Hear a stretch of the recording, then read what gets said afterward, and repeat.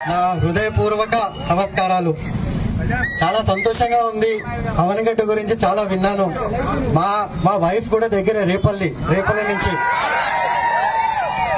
ఎప్పుడూ చెప్తూ ఉంటుంది. వాళ్ళ కజిన్స్ కూడా ఇక్కడ చాలా మంది ఉన్నారు. అవనిగడ్డలో బంధుత్వం చాలా ఉంది.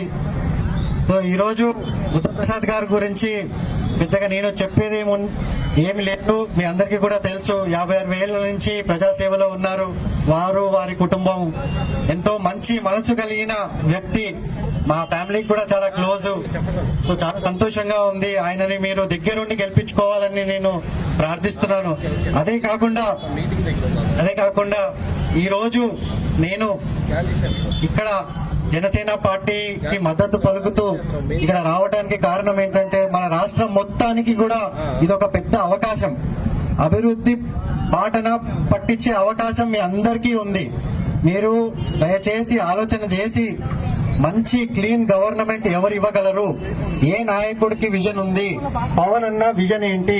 పవన్ అన్న విజన్ ఏంటో 3 గంటల్లో నేను తెలుసుకున్నాను. ఆయనకి చాలా ఫ్యూచర్ పైన చాలా విజన్ ఉంది. మన స్టేట్ ని 10 ఏళ్లలో ఎట్లా చూడాలని, మన యూత్ ఏం కావాలి. మనకి 50% population youth below the age of 40. So వాళ్ళకి ఏంటి ఉపాధి అవకాశాలు ఏంటి, మన రాష్ట్రం ఎక్కడికి వెళ్తుంది, అన్నిటిపైన ఆలోచన ఆయనకి ఉంది. దానికి ఒక విజన్ ఉంది. సో దానికి మద్దతుగా అలయన్స్ ఇప్పుడు వచ్చిన పార్టీలు, అదే కాకుండా సెంటర్ లో బీజేపీ, వాళ్ళ వల్ల మనకి ఎన్నో అభివృద్ధి ప్రాజెక్ట్స్ వస్తాయి. పథకాలు ఇంపార్టెంటే, కాదనట్లేదు. ప్రతి కుటుంబానికి అవసరము, ప్రతి పేద కుటుంబానికి కాకపోతే వాళ్ళు వచ్చే జనరేషన్ కి, వచ్చే తరాలకి ఏది అవసరము, అభివృద్ధి అవసరము. వాళ్ళు కలలు కనాలా వద్దా? ప్రతి ఒక్కళ్ళు కలలు కనాలి. జీవితంలో పైకి వెళ్లే కళ ప్రతి ఒక్కరికి ఉండాలి. ఇప్పుడు మా నాన్న కళ కనకపోతే నేను ఎప్పుడు క్రికెటర్ అయ్యేవాడిని కాదు. మా కొడుకు అవ్వాలని ఆయన ఎంతో కృషి చేసి ఆయన జీవితాంతం నా కోసం త్యాగం చేశాడు. అదే కాకుండా మన అందరం కూడా మన రాష్ట్రం కోసం మనం ఏం చేయగలం, ప్రజల కోసం ఏం చేయగలం, ప్రజాసేవ కోసమనే నేను 7 నెలలు మొత్తం రాష్ట్ర వ్యాప్తంగా తిరిగాను. దాని తర్వాత నాకు అర్థమైంది ఒక విషయము. ఆ పార్టీలో, వైఎస్ఆర్సీపీ పార్టీలో ఉంటే ప్రజాసేవ చేయలేము. మనకి బానిసత్వం తప్ప ఏమీ మిగలదు.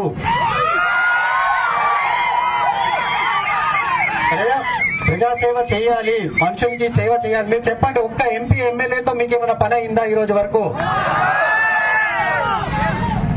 వాళ్ళు ఏమి, ఎక్కడ ఉన్న వైసీపీలో ప్రతి ఎంపీ ఎమ్మెల్యే ఆయన కాలి కింద చెప్పులే. ఆయన ఎక్కడ వదిలితే అక్కడే ఉండాలి, మళ్ళీ వేసుకునేదాకా అక్కడే ఉంటారు.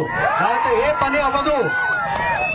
సో మీరు దయచేసి ఆలోచన చేయండి. ప్రజల కోసము, మీ ప్రాంతం కోసము, మీ పంచాయతీ కోసము, మీ మండల్ కోసము ఎవరు చేయగలరు?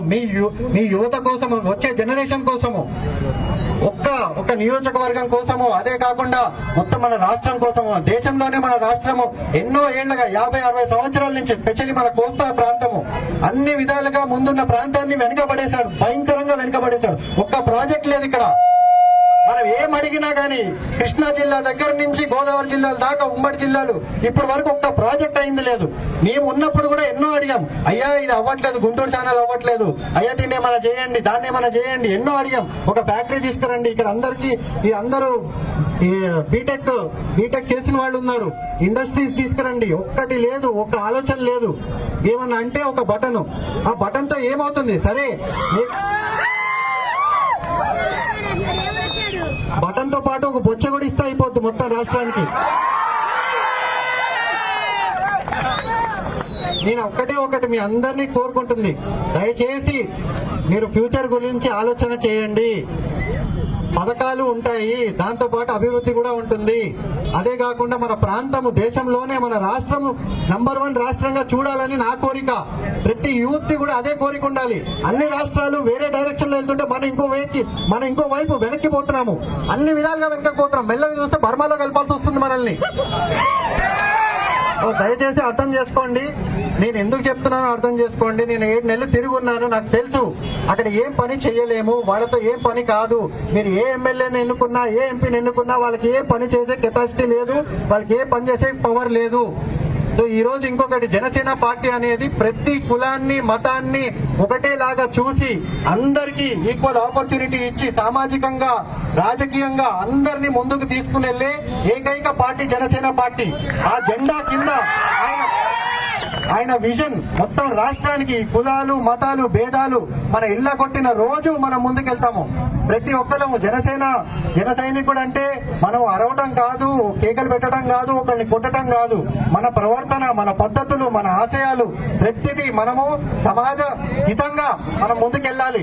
ప్రతి ఒక్కరం కూడా సమాజం కోసం పనిచేయాలి. దయచేసి అర్థం చేసుకోండి. మంచి బంగారపు అవకాశం ప్రతి ఒక్కరికి కూడా రాష్ట్రాన్ని మార్చడానికి. ఇది పోయిందంటే మళ్ళీ 5 ఏళ్ల తర్వాత ఇంకా పాతాళంలోకి వెళ్తాము. దాని తర్వాత మనకి అవకాశాలు ఉండవు. అదే కాకుండా ఇప్పుడు ఇచ్చిన మేనిఫెస్టోలో కూడా 4,000 రూపాయల పెన్షన్ చేయటము, ఈ 2 నెలలు కూడా పేదవాళ్ళందరికీ ఆదుకుంటామని కూడా ప్రామిస్ చేయడం జరిగింది. అదే కాకుండా నాకు పూర్తి నమ్మకము, ఏ మేనిఫెస్టో అయినా, ఏ గవర్నమెంట్ ఉన్నా, ఏ అలయన్స్ ఉన్నా గానీ పవన్ అన్న ముందు ఉండి దాన్ని కరెక్ట్ గా జరిగేటట్టు నడిపిస్తాడు. ఆ నమ్మకం నాకుంది. జనాల కోసం కూడా నుంచుని పనిచేసే స్వేచ్ఛని నాకు ఇచ్చాడు. ఆ ప్రామిస్ నాకు చేశాడు. జనాల కోసం ఉండి వచ్చే 5 ఏళ్లు, 10 ఏళ్లు, 20 ఏళ్లు నేను కూడా మా ఊర్లోనే ఉండబోతున్నాను.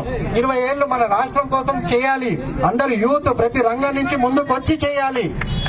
ఇది ఒక ఎలక్షన్ కోసం కాదు, ఇదేదో పవర్ కోసం, పోస్ట్ కోసం కాదు. ప్రజాసేవ అంటే ప్రతి ఒక్కళ్ళు ముందుకు రావాలి.